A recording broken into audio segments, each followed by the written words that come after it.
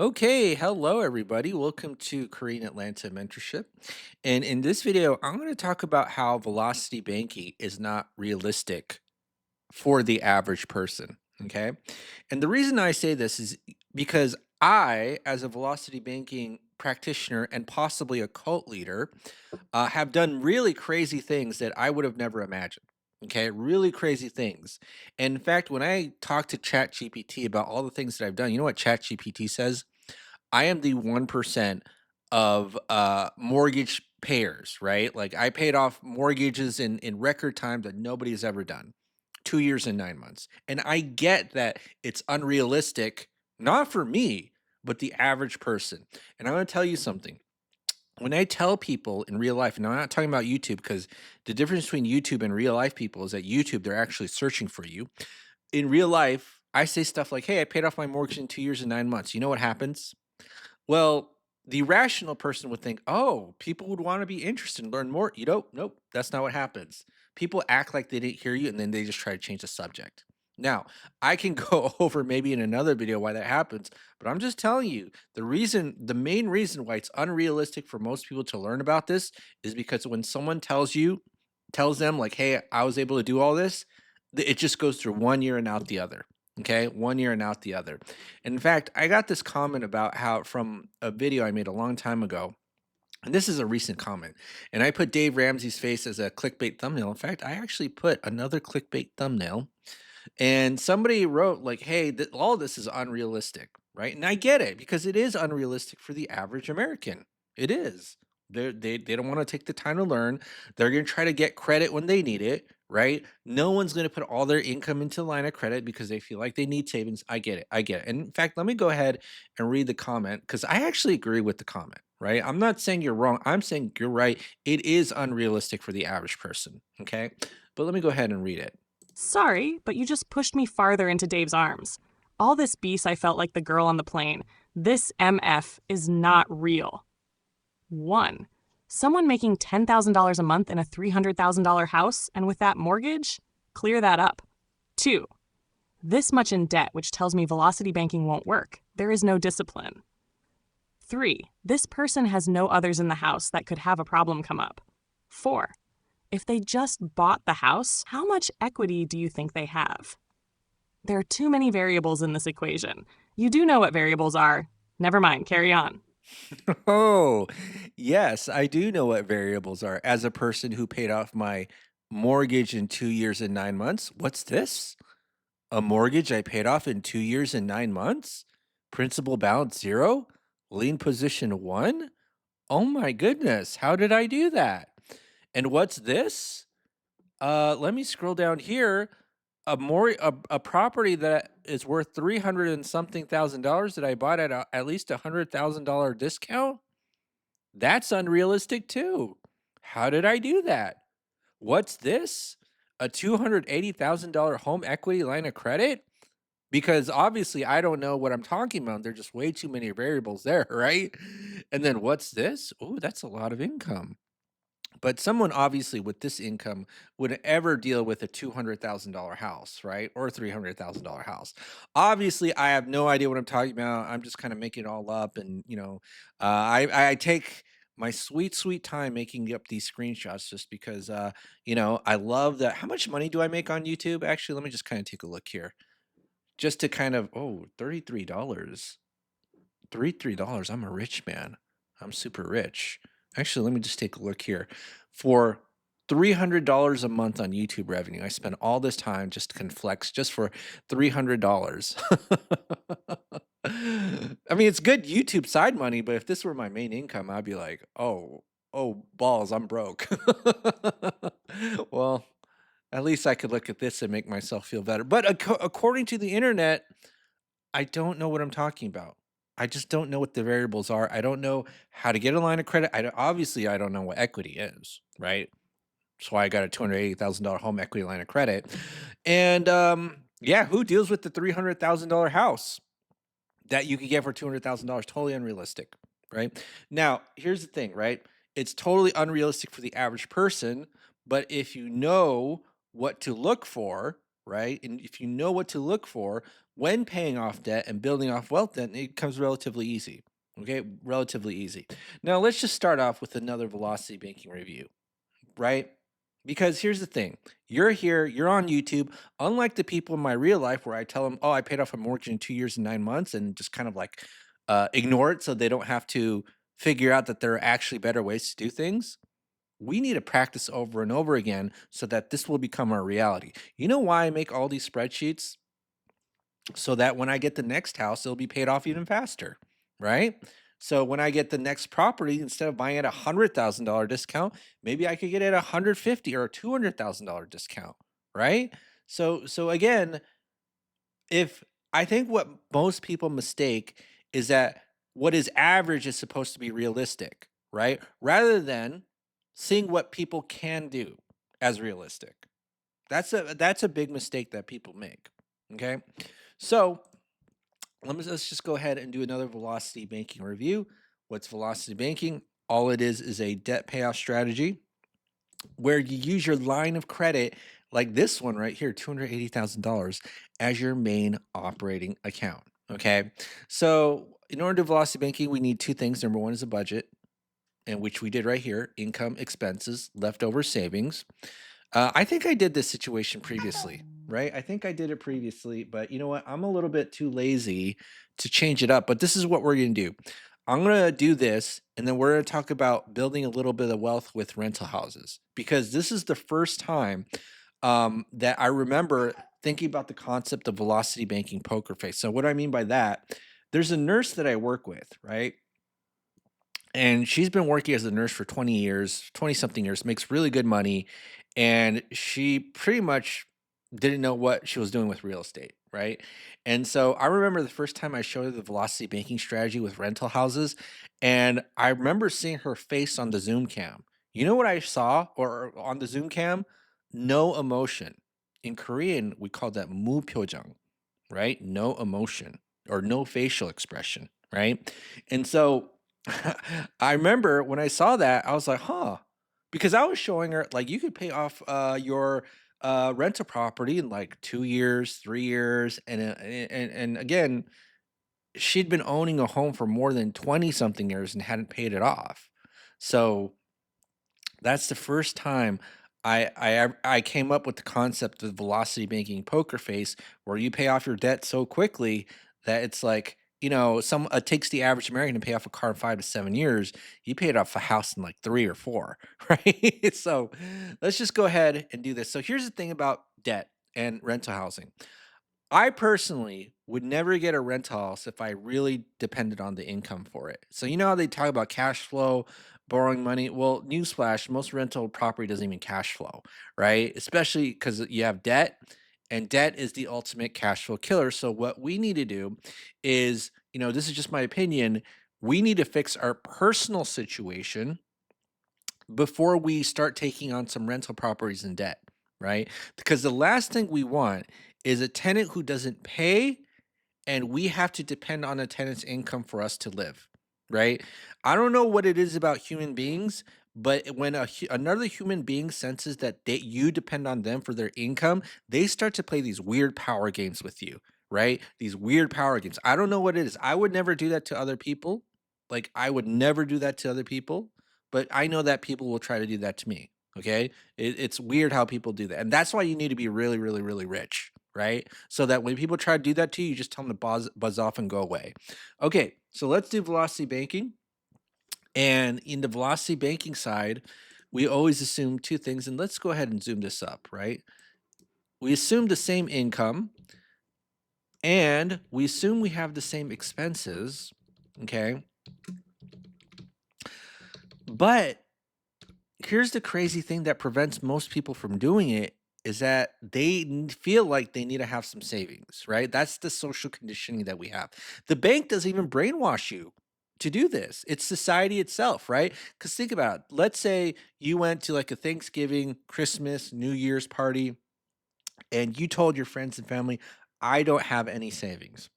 The funny part is, even though your friends and family don't have any savings, they will freak out on you because they like the idea that you have some savings. So even though the current system doesn't work for them, they'll still freak out because people are, they don't seem to care about results. They seem to care more about procedure. It's a crazy world we live in. Now, instead of savings, we're going to have something called cash flow, right? Income minus expenses. And you might be like, what's the difference between here and here, right? Well, the way that it looks like in practice is that when you have a bank account, right? I got it at zero. Money comes in, money goes out, right? That's all it is. Money comes into the bank account, money goes out. So instead of leaving my leftover funds in the checking account, I'm going to throw all of it into the line of credit. Now, are we able to get a free and clear line of credit if we need money? The answer is no, because banks don't lend money to people who need it. And so that's why I'm so glad that I learned this strategy before I was able to tackle on debt, which is when I made $20,000 a year. Remember, banks don't lend money to people who need it. But because this is just a basic demonstration, we're going to assume that we have a free and clear line of credit at, we'll say, $65,000, right? And all line of credit is a financial tool where you can borrow money, pay it back, and then use it over and over again. Basically, a credit card, right? So a credit card's a type of line of credit, but we got all these cool tools, personal home equity, all the good stuff, right? And so again, this is my line of credit at $280,000. $280,000. I literally call this my infinity gauntlet, right? Because I remember when I first saw it and had it available on my cell phone, I was like, this is how I feel right now. I got so much power on my hands, right? Okay. So let's go ahead and do this. And what we're going to do is move some of that credit card debt into that line of credit. Okay. And so let's go ahead and start off with this one first. And how much credit card do we have? 62,000. 62,000. And by simply just doing a transfer of the debt into the line of credit, this is going to be 0, 0, right? And so now this is going to be $817 of savings, which we turned into $2,809 of cash flow. And so now, well, this is what's going to happen. Your entire paycheck will go into that line of credit. Your expenses are going to come out. And then after every single month, your cash flow is going to be used to reduce the balance of the debt, right? So let's go ahead and do this. And I'm going to do this. And we have gone over the formulas many, many times. But if you need to know how the next month's balance, what am I doing here? Next month's balance is calculates the previous month's balance, previous month's interest minus whatever our cash flow is, which is 2809.84, right? And then what we do is we calculate the average daily balance. Let's do this average daily balance, right? Multiply it by the interest rate, which is this 8% right here. Multiply it by 0.08, and then you divide by 12. All right, so what we do is now we just copy and paste this, and then after we see how quickly this debt gets paid off. All right, so we see that in 24 months, in about 2 years, it's all gone. It's all gone, right? 24 months, 2 years. So now what we do here is we write the milestone of all the debt that we paid off, which is about 62,000. Whoa, yeah, totally unrealistic because most Americans will never do that, right? Because they're just segregating their income, and that's what average or possible is, being broke. So, all right, give me one moment. So now we got to pay off the auto loan. So let's go ahead and do that. And then in 24 months, okay, so let's just go here where the auto loans are. Where do we go? All right. All right. So now let me just do this.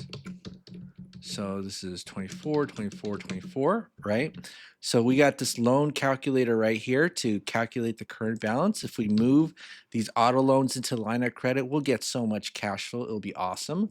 So we're just going to go ahead and do that. And that's about 28 grand in total for those two auto loans. Okay. And I'm just going to do this right here. And we're going to copy and paste this. And then this is going to be plus 28302.85. And then Okay. We got $3,656 of cash flow. Okay, awesome. Awesome. So now let's go ahead and pay all of this off. So this is going to be 3656.79. And then let's go ahead and copy and paste. And then in 32 months, this is all paid off. So 32 months, we paid off how much debt?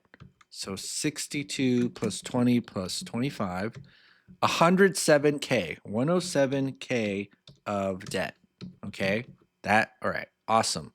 So now all we have is the mortgage left. Now, we're in a position where we could probably get rental property because if the tenant doesn't pay us, look at how much cash flow we have. So we could still survive, right? So I feel like now is the best time, at least for me, not for you. I don't give any financial or personal advice to get a rental property. Okay. So we'll still pay the mortgage. That will be our only debt. But what's one of the most important rules about properties in general when you're a real estate investor? You got to buy it at a discount. So if I go down here, I need to buy it, if the property's worth 300, I got to buy it for 200. Okay? If the property is worth 200, I got to buy it for like 100 or 70 or something like that. I got to buy it at a major discount. Okay? And so if you send enough letters and know how to do the marketing or know how to network with the right people, you should be able to buy it at a discount. It's not going to be a retail sale, right? Because retail sales want full asking price. But usually, when you deal with distressed real estate, we can get this at a discount. So, this is what we can do, right? Again, I'm not saying you should do this, but what if we bought that real estate with a line of credit? Okay. So maybe we got one of these bad boys or girls, I don't know, girls could be bad too, at a huge line of credit. So instead of maybe because I don't know, there's a lot of property appreciation, or yeah, I think in this case, maybe we just bought it right in the very beginning, right? Maybe we bought it at 2019, 2020. Maybe we got a huge home equity line of credit. So let's just do this, okay? Let's assume that we have a $200,000 home equity line of credit. Maybe we refinance 200,000, okay? Now, let's just do this. Let's restart this again. And let's say we bought a $300,000 property for $200,000. Now, would I max out my home equity line of credit? Probably not. We'll just make it 220, just so we can feel a little bit at ease, okay? Now, let's say we did buy it with a line of credit. Well, all we got to do is the same thing, but we just include the tenant's income, okay? So here we just have our personal income. But if we add the tenant's income, so let's go ahead and do that, equals plus $2,000, and let's say the rent is $2,000, we multiply that by 70%, which because as a general rule, we just say 30% goes to expenses, taxes, insurance, all that other good stuff, right? So now look at our cash flow. Okay. So how long is it going to take us if we're going to use this strategy? And here's the thing: if we could get a mortgage at 3%, we could definitely do so. But with investment properties, because the risk is higher, regardless of your credit, the interest rates will be higher as well. Okay. But let's assume that the if we did get a mortgage loan, it's going to be 8%. So why not just purchase it with line of credit, and then get our income, combine the tenant's income, and see how fast we can pay this off, all right?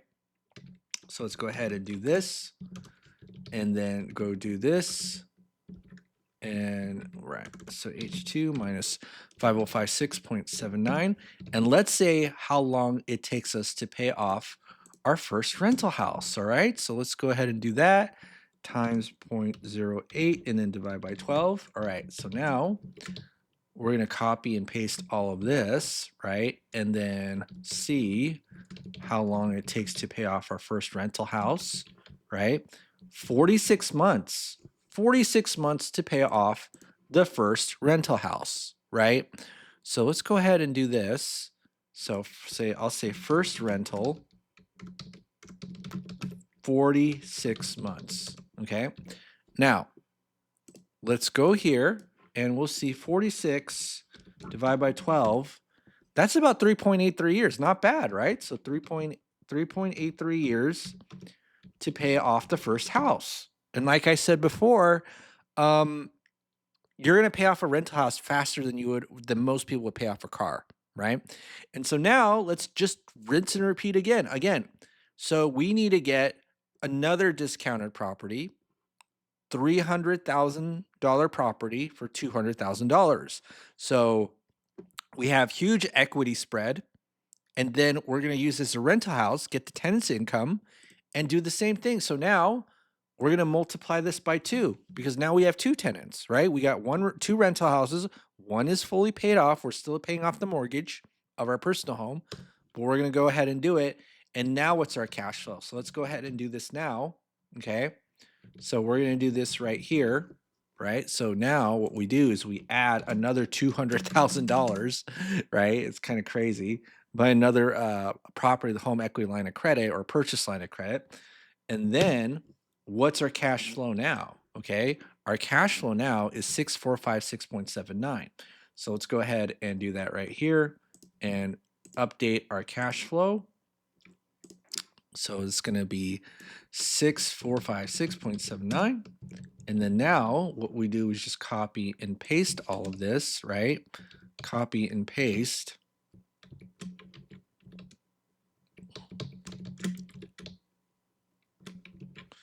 And so now at 81 months,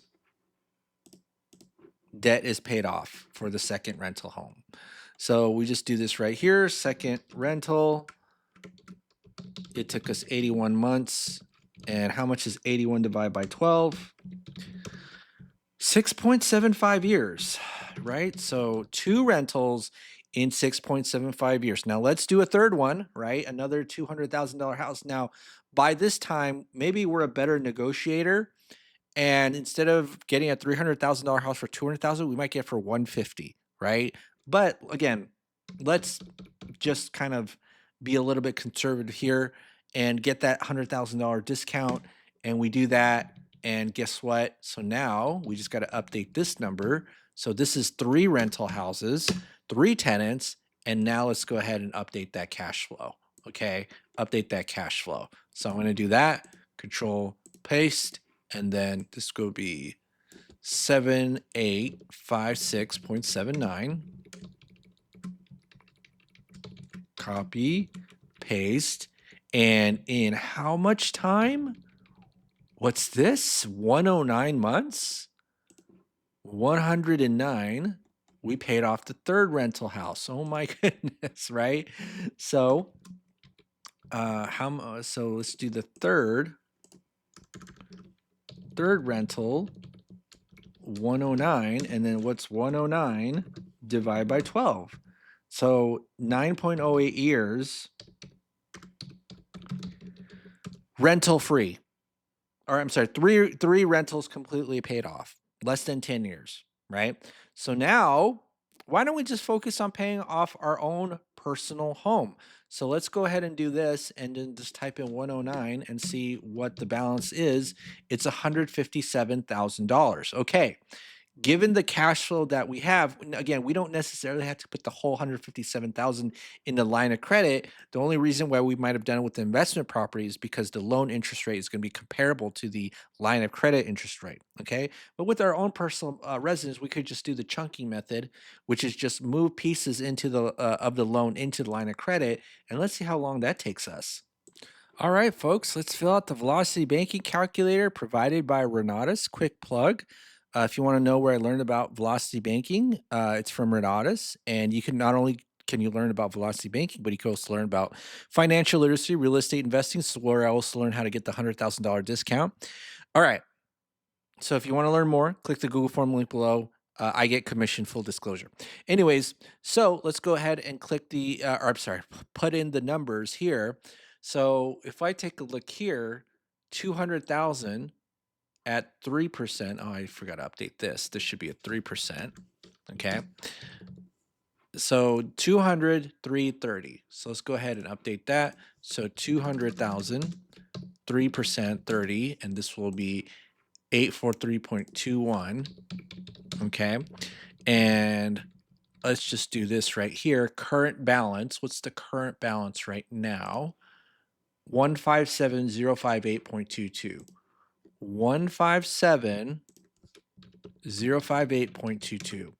And then, oh wait, whoops, that's the wrong one. 157,058.22. So let me go ahead and get rid of this. And then our monthly income, so let's take a look right here. With all of our tenants' income is $10,700. $10,700. 10700. And then what's our living expenses is basically everything except for the loan we're trying to pay off, which is this 2,000 right here. So I'm going to put 2,000 right here. And then the chunk amount is just be an amount similar to our income. So let's just say 11,000, and then bam, 1.6 years paid off. 1.6 years. So now we'll say the fourth, which will be the personal home, will be let's see, 109. No, we'll just do this. 9.08 plus 1.6. Whoopsie. That's going to be 10.6 years. We have 4 homes paid off. And then we take a look at this, wablam, and now our cash flows 8,700 a month. 8,700 a month. Okay. And so if people say, hey, this is unrealistic, I get you. No one's going to pay off a mortgage in 3 years like I did because nobody wants to study this, believe it or not. Now, if you're on YouTube, okay, like I said, YouTube is different from real life because people are actually searching for your information. When I talk about this stuff in real life, hey, I paid off a mortgage in 3 years, just goes in one year out the other, and people don't even want to talk about it. In fact, I had to ask ChatGPT what's going on. Like, why is it when I tell people this, they just act like they didn't hear me and then try to change the subject, right?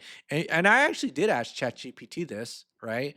So, can you explain why when I tell other people I paid off my mortgage in 2 years and 9 months, they act like they did not hear me and try to change the subject and don't want to learn about how I did it.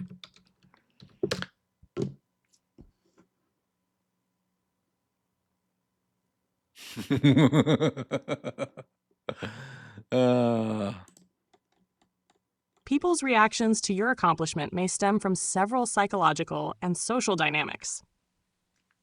Sir 1. Cognitive dissonance. Learning that someone paid off a mortgage in such a short time might conflict with their long-held beliefs about debt and financial strategies. Instead of exploring your approach, they might shut down the conversation to avoid the discomfort of questioning their own methods. 2. Envy or insecurity. Your success could trigger feelings of inadequacy or jealousy. Instead of celebrating your achievement or showing curiosity, some people may deflect to protect their self-esteem. 3. Fear of change. Many people fear stepping outside their comfort zone. Your story might imply that they, too, could take bold steps, which can feel overwhelming or intimidating. 4. Misunderstanding of complexity. They might assume your success is due to luck or a unique situation rather than a repeatable strategy. If they feel your method doesn't apply to them, they may dismiss the conversation. 5. Cultural norms around money. In many cultures, discussing personal finance is considered taboo. People might feel awkward engaging in a discussion that challenges conventional norms. 6. Overwhelm with debt mindset. Some people are so entrenched in the traditional slow and steady debt repayment mindset that hearing about an unconventional success feels unrelatable or even impossible. How to respond? Gauge interest early.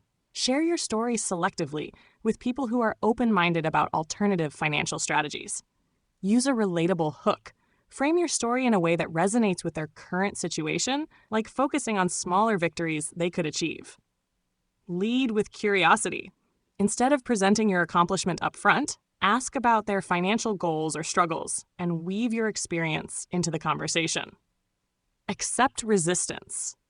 Understand that not everyone is ready or willing to learn new methods. Focus on those who show genuine interest. If they avoid the subject, it's more about their mindset than the merit of your achievement. Celebrate your success for yourself and those who are inspired by it. That's some good advice. That's really good advice. But that's why I say that velocity banking is not realistic for most people, simply because they're not willing to learn or listen, right? And if you tell me that this is not possible, yeah, I'll just say, for you it's not, but for me it is. Okay. All right. Well, that's it for today. So we got 3 more hours left until the new year. Let's see if I can crank out another one before I go to sleep, or possibly right after the new year begins. Okay. It's almost 2025. I can't even believe it. All right. Well, have a great night, everybody. And you should see another video soon. This is Korean Atlanta Mentorship.